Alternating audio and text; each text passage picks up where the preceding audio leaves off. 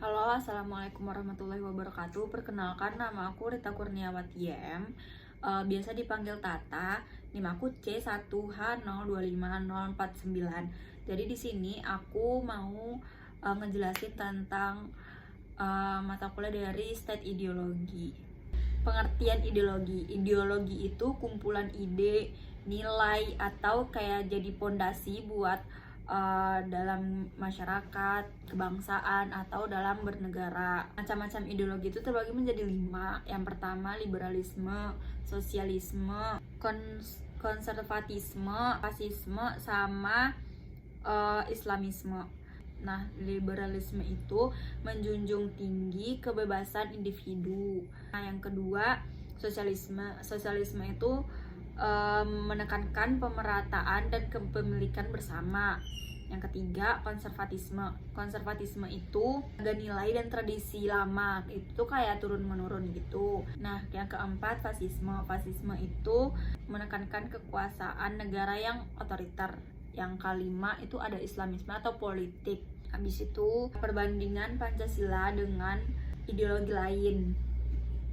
Kayak kalau Pancasila menggabungkan nilai-nilai kemanusiaan, keadilan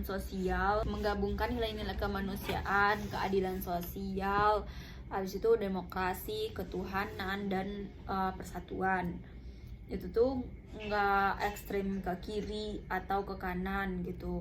Kontekstual dan inklusif, itu tuh kayak mampu hidup berdampingan dengan berbagai perbedaan kayak budaya, agama, gitu-gitu. Terus yang keempat itu Pancasila sebagai ideologi terbuka, kayak walaupun yang dimaksud di sini kayak perkembangan zaman gitu, tapi terbuka terhadap perkembangan zaman, namun tetap berakar pada dasarnya, yaitu habis itu bisa diimplementasikan dalam kehidupan sehari-hari, kayak dalam konteks kekinian. Tapi dia tuh nggak mengubah inti atau dasar dari nilai-nilainya. Habis itu yang kelima, hubungan Pancasila dengan agama. Pancasila tuh nggak memihak satu agama doang gitu, tapi menjamin kebebasan beragama. Kayak contohnya sila pertama, ketuhanan yang Maha Esa.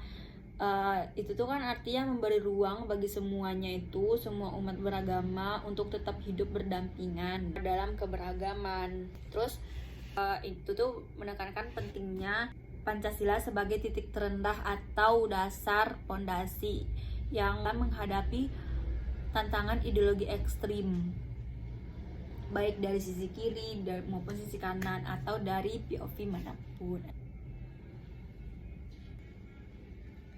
Pancasila itu juga menghargai nilai-nilai agama dan budaya lokal, namun tidak memaksakan satu ideologi secara absolut. Itu tuh sangat relevan dengan dalam menjaga keutuhan bangsa yang plural di Indonesia. Terus mencegah pluralisme ideologi Pancasila. Di tengah meningkatnya pluralisme politik dan agama, Pancasila membantu masyarakat menemukan titik temu, bukan perpecahan. Fleksibel tanpa kehilangan jati diri, kayak misalnya sebagai ideologi terbuka gitu kan di zaman yang sekarang. Pancasila mampu beradaptasi dengan perkembangan iptek, ekonomi digital, dan dinamika sosial. Kesimpulan dari aku, apa yang aku dapat dari sini itu Pancasila tuh bukan sebagai simbol aja, bukan sebagai merupakan kompas moral atau misalnya ya emang dasar bagi. Udah, sekian dari aku, semoga bermanfaat.